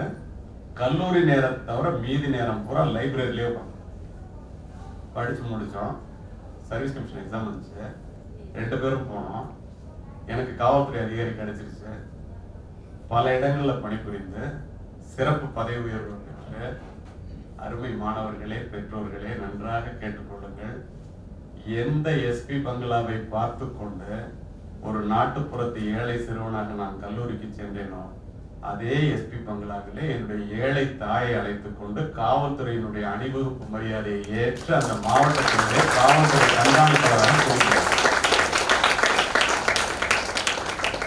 இனிமேதான் கிளைமேக்ஸ். பதவியேற்று முடித்துவிட்டு மரியாதை நிமித்தமாக மாவட்ட ஆட்சித்தலைவரை பார்ப்பதற்காக கலெக்டர் அலுவலகத்திற்கு சென்றேன். நண்பர்களே, நூலகத்திலே அதிக நேரம் படித்த என்னுடைய நண்பன் மாவட்ட கலெக்டராக என்னை வரவேற்றார்.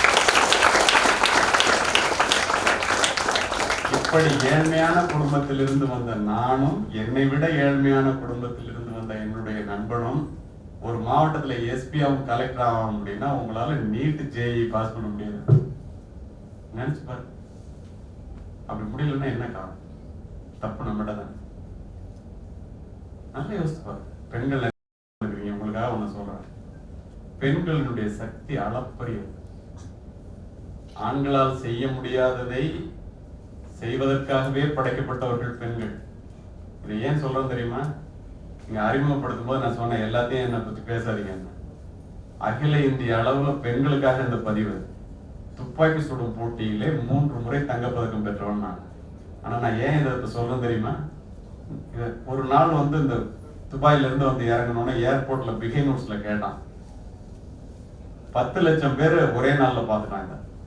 இதுல என்ன இருக்குன்னு எனக்கு தெரியல. 3 முறை தங்கப்பதக்கம் பெற்ற காரணத்தினால் 4வது முறை தங்கப்பதக்கம் பெறுவேன் என்று இந்த தமிழக காவல்துறை நம்பி நினைச்சாங்க. முயற்சிக்கு முன்னால் வருகின்ற வெற்றியும் அல்லது முயற்சிக்கு முன்னால் வருகின்ற மயக்கமும், வெற்றிக்கு பின்னால் வருகின்ற மயக்கமும் ஒரு மனிதனுடைய முன்னேற்றத்தை கெடுத்துவிடும். ஜெயிக்கிற வரைக்கும் குதிரை வேகத்துல ஓடணும், ஜெயித்த பிறகு குதிரையை விட வேகமாக ஓட வேண்டும் என்று எனக்கு கற்றுக் கொடுத்த நிகழ்வு இது. அதனால உங்கள்கிட்ட சொல்றேன். ஏன் தெரியுமா? 4வது தடவை நான் போறேன். உங்களுக்கு புரியுற மாதிரி சொல்லணும்னா 100 கஜ தூரத்துல டார்கெட் இருக்கும். 6 ரவுண்டு துப்பாக்கியில சுடணும். புல்லுல அடிச்சா 5 மார்க், இன்னர்ல அடிச்சா 3 மார்க், அவுட்டர்ல அடிச்சா 1 மார்க். நல்லா கேக்குறீங்க. குண்டூசி விட சத்தம் கேட்கும். அப்படி உணர்ச்சி பூர்வமா கேக்குறீங்க. நான் வந்து ஒரு நாளைக்கு 25 ரவுண்டு பிராக்டிஸ் பண்றேன். நிச்சயமா நான் தான் ஜெயிப்பேன்னு நான் அனுப்புறேன். ஒவ்வொரு தடவை போகும்போதும் அச்சுத நாயர்னு ஒரு IPS ஆபீசர், நான் தமிழ்நாட்டுல இருந்து போற மாதிரி, அவர் கேரளால இருந்து வருவார். என்னை விட வயசுல கூட. ஆனா அற்புதமா சுடுவார். குறிப்பாக சுடுறதுல வல்லவர். எப்படியோ ஒரு 1/2 மார்க் 1 மார்க் எனக்கு கூட வந்தோம். நான் ஜெயிச்சிருவேன்.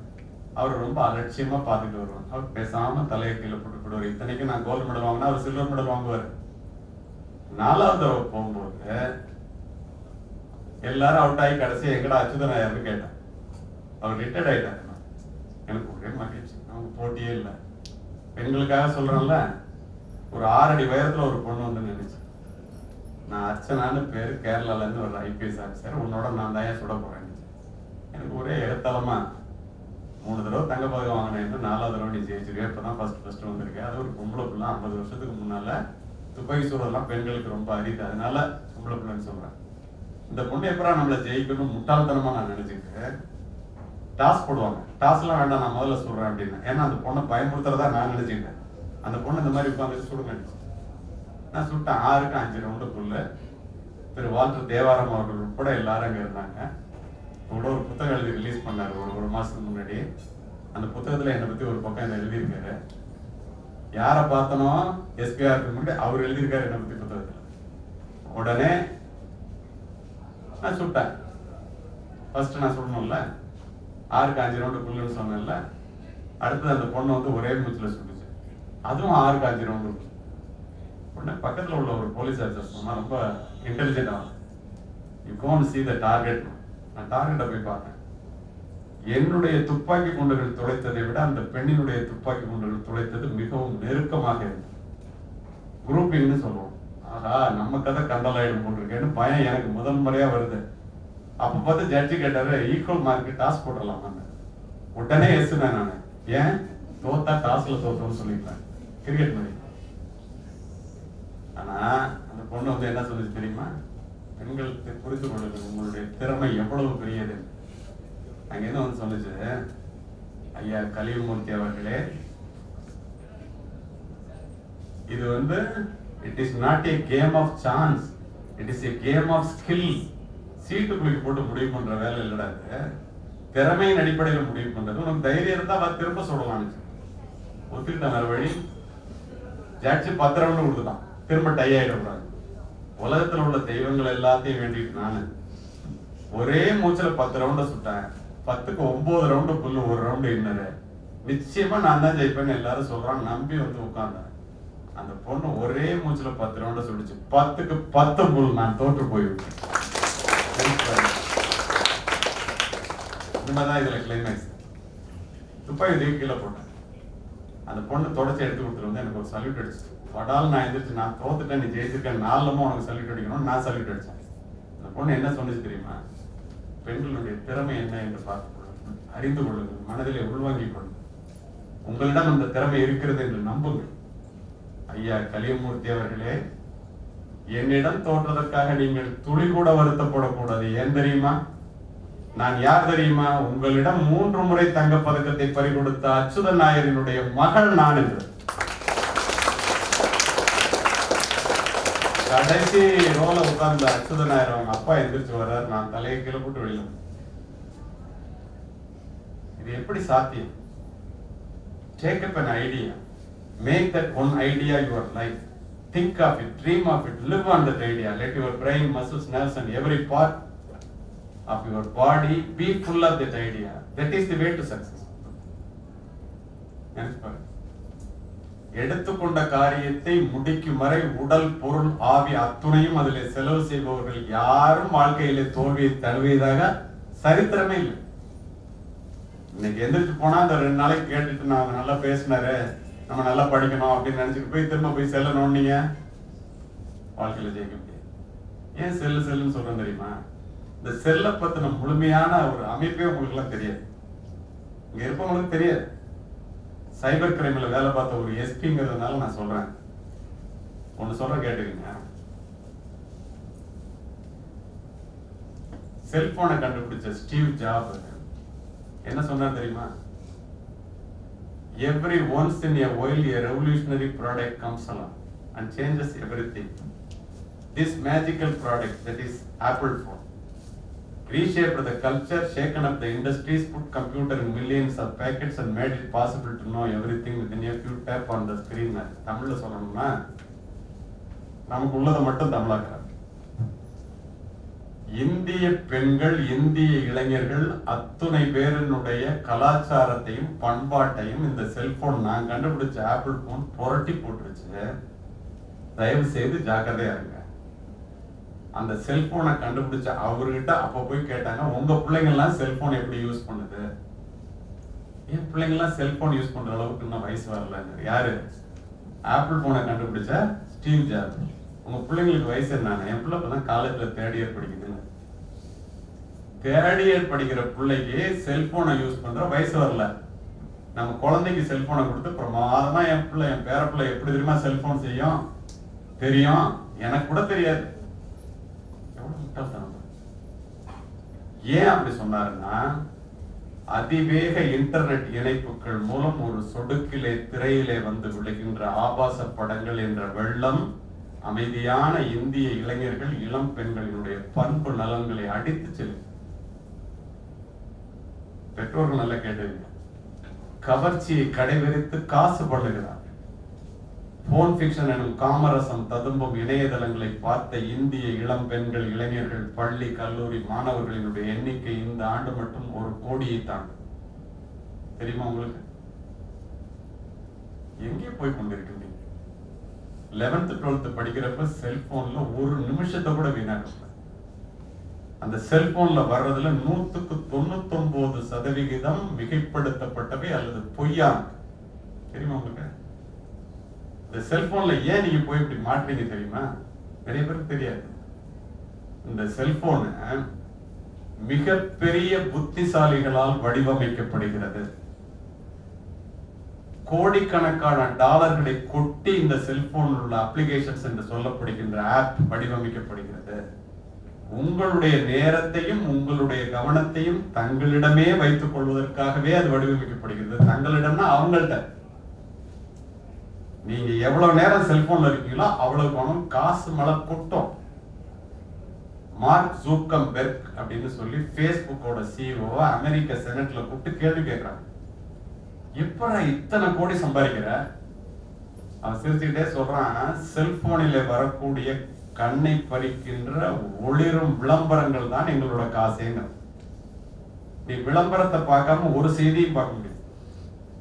விளம்பரத்தை கடந்து போகாமல் ஒரு செய்தியும் பார்க்க முடியாது. விளம்பரத்தை முடியும் போது பார்க்காமல் முடிக்க முடியும். இதற்காக உங்களுக்கு வாழ்க்கை ஓடிக்கொண்டிருப்பது கடிகார உள்ளல். உன்னுடைய வாழ்க்கை யாரெல்லாம் அதுல இருந்து தப்பிக்கிறானோ அவ்வளவு பேரும் பொழைச்சான். அமெரிக்கால ஸ்டாட்டிஸ்டிக்கல் அண்ட் மேக்னெட்டிக்கல் டைஜஸ்ட்னு ஒண்ணு வருது. அந்த டைஜஸ்ட்ல சொல்றான், உளவியல் மருத்துவர்கள் எழுதுறாங்க, இந்தியால 50% பேருக்கு மேல் செல்போனில் இருந்து வெளியே வர முடியாமல் தவிக்கின்ற இளைஞர்கள், இளம்பெண்களாக மாறிக்கொண்டிருக்கிறார்கள். கிரைன்னு ஒரு அமைப்பு இருக்கு, சைல்டு ரைட்ஸ் அண்ட் யூத். அவங்க ஒரு கணக்கெடுப்பு நடத்துறாங்க. 25% இளைஞர்கள் செல்போன்ல அடிக்ட் ஆகி நோயாளியா மாறிட்டான். அவனுக்கு மருத்துவ சிகிச்சை இல்லைன்னா அவனை காப்பாற்ற முடியாது. யாரா ஆவாங்கன்னா, போனை எடுத்துட்டு எவன்லாம் பெட்டுக்கு போறானோ, காலையில எந்திரிச்சோன்னு செல்போனை எவன் தேடுறானோ அவன்லாம் அடிக்டான். நீங்களாம் செய்றீங்களா இல்லையா? நீங்களும் முடிவு பண்ணி. உங்களுக்கு எல்லாம் மருத்துவ சிகிச்சை வேணும். இதுல வேடிக்கை என்ன தெரியுமா? செல்போன்ல நீங்க ஒரு போட்டோவை போடுறீங்க, அப்லோட் பண்றீங்கன்னு வச்சுக்கோங்க. உங்க அப்பா அம்மாவுக்கு தெரியலையே, உங்களுக்கு நல்லா தெரியும்னு எனக்கு தெரியும். போட்டா அப்படியே உணர்ச்சி பூர்வமான கிளர்ச்சி நிலைக்கு போயிடும். ஏதாவது ஒரு செய்தியை போட்டாலோ உங்க போட்டோவை போட்டாலோ என்னத்துக்கு தெரியுமா? மனித உளவியல் உங்களை விட அவனுக்கு தெரிஞ்சிருக்கு. ரொம்ப கவனமா கேட்குறீங்க பையங்க, ரொம்ப சந்தோஷம். அவன் என்ன தெரியுமா அவனுக்கு தெரிஞ்சிருக்கு? தன்னை பத்தி மத்தவங்க என்ன நினைக்கிறாங்கிறத தெரிஞ்சுக்கிறதுல மனிதர்களுக்கு அவ்வளவு ஆர்வம் இருக்கும். மற்றவர்களுடைய புகழ்ச்சிக்கும் பாராட்டுக்கும் இந்த மனித மனம் ஏங்குகிறதாம், பெண்களுக்கும் ஆண்களுக்கும். அதனால போட்டோன்னா என்னடா வரும்னு பாக்குறோமா. இதுதான் அவனுடைய ஆயுதமா. எவன் என்ன நினைச்சா என்ன அவனை பத்தி, எவன் எதை சிந்திச்சா என்ன, எவன் போட்டா என்ன, போடல என்ன, உன்னை எப்படி தூண்டுவான் தெரியுமா? நீ ஒரு படத்தை போட்டு 10 நிமிஷத்துல ஹை யூ ரிசீவ்டு 10 likes அப்படின்னு வரும். உடனே எடுத்து யாரெல்லாம் பொம்பளை பிள்ளைங்க 10 பேர் லைக் பண்ணிட்டாண்டி 5 நிமிஷத்துல. உங்களுக்கு ஒரு உண்மை தெரியுமா? 10 பேர்ல 9 பேரு அவன் ஏதாவது கர்மத்தை போட்டா நீ லைக் பண்ணணுமேங்கிறதுக்காக லைக் பண்ணானோ உண்மையிலேயே லைக் பண்ணி போடுறது இல்லை. உங்க எத்தனை பேருக்கு இது தெரியும்? நெட்ஃபிளிக்ஸோட நிறுவனர் அவர்கிட்ட போய் பேட்டி கண்டுறாங்க, யார் அவனுக்கு யூடியூப் ஃபேஸ்புக் ரெண்டுல யார் உனக்கு போட்டி? அவன் சிரிச்சுக்கிட்டே சொல்றான், ரீட் ஹேஸ்டிங்னு பேர். இப்பெல்லாம் ஒன்றும் போட்டி இல்லை. இது யூடியூப் ஃபேஸ்புக் எல்லாம் போட்டி இல்லை. உட்காந்துருக்கீங்க இல்லையா, உங்களுடைய இரவு தூக்கம் தான் அவனுக்கு போட்டியான். பகல் நேரம் பூரா பார்க்க வச்சுட்டானா, ராத்திரியில பார்க்க வைக்கிறதுக்கு என்ன பண்றதுன்னு டார்க் மோடு, நைட் மோடெல்லாம் கொடுத்து அவங்கள கண்பிடிக்க வைக்கிறோம். யோசிச்சு பாரு, ராத்திரி 2 மணி வரைக்கும் எதையாவது நான்சென்ஸை பார்த்துட்டு காலையில பைத்தியக்கார மாதிரி சட்டையில பட்டன் போட்டோமா என்னன்னு தெரியாம போவோம், சாப்பிட்டோமா என்னன்னு தெரியாது, கிளாஸ்ல வாத்தியார் பாடம் நடத்துறாரா என்னன்னு தெரியாது. இதுக்காக வாழ்றோம். எப்படி உங்களை மாதிரி இளைஞர்கள் போயிட்டு இருக்கான், எத்தனை கோடி சம்பாதிச்சுட்டு போயிட்டு இருக்கான். நம்ம இப்படி இருந்தா திண்டுக்கல் எப்ப டெல்லி மாதிரி ஆகுது, திண்டுக்கல் எப்ப சிங்கப்பூர் மாதிரி ஆகுது? யோசிச்சு பாரு. உங்களுடைய தப்பு மட்டும் இல்ல, குடும்ப நாசமாகி நீங்க நாசமாகி நாடே நாசமாகிறதுக்கு காரணம் செல்போனா இருக்கு. ஆனா உங்களுக்கு உண்மை தெரியுமா, செல்போன் என்பது ஒரு வரம். அதை ஒழுங்கா உபயோகப்படுத்தினீங்கன்னா அதுவே ஒரு சாபம். அதை மோசமா உபயோகப்படுத்தணும். எத்தனை இளைஞர்கள் மாட்டிக்கிறாங்க தெரியுமா செல்போன்ல? ராத்திரி 1:30 மணில இருந்து 2:30 மணி வரைக்கும் தீவிரவாதிகள் பேசுறாங்க, பாகிஸ்தான்ல இருந்து மூளை செலவு பண்றாங்க, வாட்ஸ்அப்ல பேசுறாங்க அல்லது கால்ல பேசுறாங்கன்னு சொல்லி நான் டெப்டி கமிஷனரா இருக்கும்போது ராத்திரி பூரா உட்காந்து ஒரு டவர்ல எலிமினேட் பண்ணி ஒரு நம்பரை லொகேஷனை கண்டுபிடிச்சு பெரிய தீவிரவாதி பிடிக்க போறோம் அப்படின்ட்டு போனா அது லேடிஸ் ஹாஸ்டல்ல போய் நிக்கும். 1:30 மணிக்கு தினம் ஒரு பொண்ணு 2 மணி நேரம் பேசிட்டு இருக்கு ராத்திரில. உள்ள போனா போர்வை கழட்டி எங்களை பார்த்துட்டு வார்டன் பக்கத்துல அழைச்சிட்டு போனாரு. அப்படியே மயக்கம் போட்டு கீழே விழுந்துச்சு. சரி இது வேஸ்ட் அப்படின்னு கமலான ஒரு டிஎஸ்பி கூட இருந்தாங்க. அவங்க சொன்னாங்க, சார் இன்னொரு நம்பரை பார்க்கலாம். ஏமா அது பாய்ஸ் ஹாஸ்டல்ல போய் நிக்க வேண்டாம். அந்த அம்மா சொல்லிச்சு, இல்ல இல்ல சார் பாப்போம்னுச்சு. என்னை விட புத்திசாலி அந்த பொண்ணுங்கிறத புரிஞ்சுக்கிட்டு அங்க போனா அவன் தீவிரவாதி. அவன் தீவிரவாதின்னு தெரியாம இந்த பொண்ணு பேசிட்டு. இப்ப நினைச்சு பாருங்க, இளைஞர்கள் பெற்றோர்கள் படுகின்ற பாட்டையும் அவர்கள் சம்பாதிக்கின்ற காசையும் இப்படி வீணாக்கி சும்மா காலேஜுக்கு போறேன்னு போயிட்டு வந்து நாளைக்கு வெளியில போனா வாழ்க்கை முழுவதும் மாடாய் உழைத்து ஓடாய் தேய்ந்து போய் சாதாரண வேலைகள்ல வாழ்க்கை முழுவதும் துயரத்தையும் துன்பத்தையும் உடல் உழைப்பை மட்டுமே நம்பி வேலை பார்த்து சம்பாதிக்கிற சூழ்நிலைக்கு வரும். அது மாதிரி வரக்கூடாதுங்கிறதுக்காக தான் இந்த மாதிரி உங்களுக்கு எல்லாம் என்ன மாதிரி உள்ளவங்களை கூப்பிட்டு நீட்னா என்ன, ஜேஇன்னா என்ன, எப்படி படிக்கணும், எதை படிக்கணும், எவ்வளவு மார்க் வாங்கணும் அப்படின்லாம் சொல்றாங்க. கடைசியா ரொம்ப உணர்வா கேட்டதுனால ஒன்னே ஒண்ணு சொல்லி 2 நிமிஷத்துல முடிக்கிறேன். நீங்க எப்படி இருக்கணுங்கிறதுக்காக சொல்றேன். ஒவ்வொரு மாதமும் நான் வெளிநாட்டுக்கு போய் பேச போறேன் இல்லையா, 360 பயணிகளை சுமந்து கொண்டு ஒரு விமானம் மத்திய தரை கடலுக்கு மேலே பறந்து கொண்டிருந்தது 35,000 அடி உயரத்தில். கதை இல்லை, நிஜம். பல நாட்டுக்காரனும் அதுல உள்ள திடீர்னு ஒரு வெடி சத்தம், புகை மண்டலம், என்ஜின் ஆஃப் ஆயிடுச்சு, அதனாலதான் புகை வருது, எல்லாரும் லைஃப் ஜாக்கெட்டை போட்டுங்க, நம்மளாம் கீழே விழுவ போறோம் அப்படின்னு வந்து காக்பிட்ல இருந்து பைலட் வந்து சொல்றாரு. வந்து சொன்ன உடனே அதுக்கப்புறம் மயான அமைதி. யாராவது பேச முடியுமா? அதுக்கப்புறம் ஆடி புவியீர்ப்பு விசையில தண்ணியில் விழுவுறதுக்கு 360 பயணிகளோட கீழே இறங்கிட்டு இருக்கு. 25,000 அடி, 20,000 அடி, 10,000 அடி. துணை விமானி மட்டும் விடாம ஹேண்டில் பண்ணிட்டே இருக்கான். திடீர்னு லைட், கிரீன் லைட் எரியுதுன்னு கத்துறான். காக்பிட்டுக்குள்ள தாண்டி உட்கார்றான் பைலட். 2 பேரும் சேர்ந்து முயற்சி பண்றான். தண்ணீரை காரணத்தோட அந்த பதிவு தண்ணீரை தொட இருந்த விமானத்தை மீண்டும் மேலே ஏற்றி எமர்ஜென்சி லேண்டிங்னு பக்கத்து நாட்டுல பர்மிஷன் வாங்கிட்டு இறங்குறோம். எல்லாரும் உயிரை கையில பிடிச்சிட்டு வெளியில வரும்போது பத்திரிகை துறை நண்பர்கள் கேட்கிறாங்க, இறப்பினுடைய விளிம்பை தொட்டு விட்டு வந்திருக்கிறீர்களே, கடைசியா என்ன நினைச்சீங்க? எல்லா நாட்டுக்காரனும் இருக்கான்ல, ஒருத்தன் நாட்டை சொல்றான், ஒருத்தன் வீட்டை சொல்றான், பேங்க் பேலன்ஸ் சொல்றான், மனைவியை சொல்றான். அருமை மாணவர்களே, மாணவிகளே, என்னுடைய பிள்ளைகளை அனாதையாக விட்டு விட்டு இறக்கப் போகிறோமே என்று கதறி அழுதேன் என்று பதிவு செய்த 11 பேரும் இந்திய தந்தைகள் என்பதை மனதிலே பதிவு. உன்னுடைய தாய் யார் தெரியுமா? ஒரு மருத்துவமனையில 2 குழந்தை பிறகு, 2 குழந்தை. ஒரு குழந்தை அசைவு இல்லாம இருக்கு, ஒரு குழந்தை உயிரோட இருக்கு.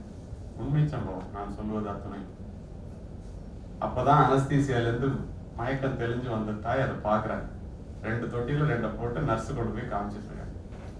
அந்த அசைவு இல்லாம இருக்கிற குழந்தைய பாக்குறாங்க. பக்கத்துல நர்ஸ் சொல்லுது, அந்த குழந்தை இறந்துருச்சுமா. உடனே கோவமா சத்தம் போடுது. டாக்டர் வந்து என்னன்னு பார்க்க வர்றாங்க. என் வயிற்றுல 2 குழந்தை இருந்தது எனக்கு தெரியும், அது உயிரோட இருந்தது எனக்கு தெரியும், எனக்கு ஆயிருக்கிறது சுகப்பிரசவம். நீங்க ஒரு பெரிய டாக்டர், 10,000 சர்ஜரி பண்ணிருக்கீங்க, என் குழந்தை இறந்தே இருக்க. பீடியாட்ரிக் டாக்டர் பக்கத்துல இருந்தவர், நாங்க மூச்சு வர்றதுக்காக நெஞ்சாமிக்கு எவ்வளோ முயற்சி பண்ணி பார்த்தோம்னா குழந்தை அழலை. லங்ஸ்குள்ளே காற்று போனால் தான் உயிரை உண்டாக்க முடியும். எவ்வளோ முயற்சி பண்ணுறோம், இன்னும் பண்ணிகிட்டு இருக்கோம், முடியல. உடனே இந்த நர்ஸ் வந்து புதைக்கணுமா, நேரம் ஆயிடுச்சு. ஓங்கி ஒரு அறை அந்த நர்ஸுக்கு. பக்கத்தில் இருந்த அவங்க ஹஸ்பண்ட் வந்து 2 குழந்தையில ஒன்று உயிரோடு இருக்குமா, பச்சை உடம்பு அழாதாங்கிறார். அவர் கையில் ஒரு அடி. அந்த குழந்தைய கொஞ்சணுமா. எல்லாரும் பார்க்க அந்த குழந்தைய தூக்கி கொடுக்குறாங்க. தோளில் போட்டுட்டு கதறி கதறி அழுகிறாங்க. திடீர்னு குழந்தை அழுகிற சத்தம் கேட்டோம்னா எல்லாரும் உயிரோடு இருக்க குழந்தைய பார்க்குறாங்க. அருமை மாணவ மாணவிகளே, தாயினுடைய சக்தி என்ன என்று தெரிந்து கொள்ளுங்கள். தோல்ல இறுக்கி பிடிச்சிட்டு இருந்த குழந்தையினுடைய இமைகள் துடிக்கின்றது, விரல்கள் ஆடுகிறது, வீல் கத்துனது தோல்ல தாயோட அரவணைப்புல இருந்து அந்த குழந்தை. மருத்துவம் பொய்த்து போயிடுச்சு. இவ்வளவு பெரிய சக்தி படைத்தவள் தாய். இப்படிப்பட்ட அம்மா அப்பா இந்த பண்ணை இன்ஸ்டிடியூஷன்ல இந்த மாதிரி உங்களை கொண்டு வந்து சேர்த்து படிக்க வைக்கணும்னு ஒரு எதிர்பார்ப்போட வந்து உட்கார்ந்துருக்காங்க. என்ன மாதிரி உள்ளவங்களை அழைச்சிட்டு வந்து தம்பி சந்தோஷ், லீனஸ்ரீலாம் எப்படியாவது இவங்களெல்லாம் நல்ல நிலைக்கு கொண்டு வரணும். ஒரு பெரிய பள்ளிக்கூடத்தை வச்சு மிகப்பெரிய ஒரு கல்வி நிறுவனத்தை நடத்திட்டு இருக்கிறவங்க இப்படிலாம் எதிர்பார்ப்போட வைக்கிறாங்க. உங்களுடைய வாழ்க்கையில சாதிக்க வேண்டும் என்ற வெறியுடைய மாணவ மாணவிகளாக உங்களை பார்க்கிறேன். பிள்ளைகளினுடைய படிப்பிற்காக எந்த தியாகத்தையும் செய்ய விரும்புகின்ற பெற்றோர்களாக இங்க இருக்கிறவர்களை பார்க்கின்றேன். எல்லாத்தையும் பார்த்து பேசிட்டு இருக்கேன். மெழுகுவர்த்தியை போல தன்னை உருக்கி கொண்டு ஆசிரியர்கள் நல்லபடியாக கற்றுக் கொடுப்பதற்கு உள்ள ஆசிரியர்கள் இங்கு இருப்பதாக நான் அறிகின்றேன். படிக்க வேண்டியது உங்க பொறுப்பு. படிச்சீங்க அப்படின்னா வாழ்க்கையில மிகப்பெரிய உயரத்தை அடைய முடியும். உங்களிடத்தில் இல்லாத நிலை வேண்டும். வாய்ப்புக்கு நன்றி, வணக்கம். So much, sir, for your valuable address. Yes, sir, of course, your anecdotes are really inspirative. And dear students, as sir said, dream big to achieve bigger. Drop your cell phone, take up one idea and live for it, and you will be successful forever and ever. Think differently. பிறப்பு நம் கையில் இல்லை, ஆனால் சாதிப்பது நம் கையில் உண்டு என்பதை மிக தெளிவாக தனது கருத்துக்கள் மூலம் நமது சிறப்பு விருந்தினர் இன்று பதிவு செய்துள்ளார். நான் நினைக்கிறேன் அத்தனை பேருக்கும் இதுல இருக்க பாயிண்ட்ஸ் எல்லாம் போய் சேர்ந்திருக்கும்னு நினைக்கிறேன். And you will be so successful doctors and engineers in future. Thank you so much. Thank you so much, sir.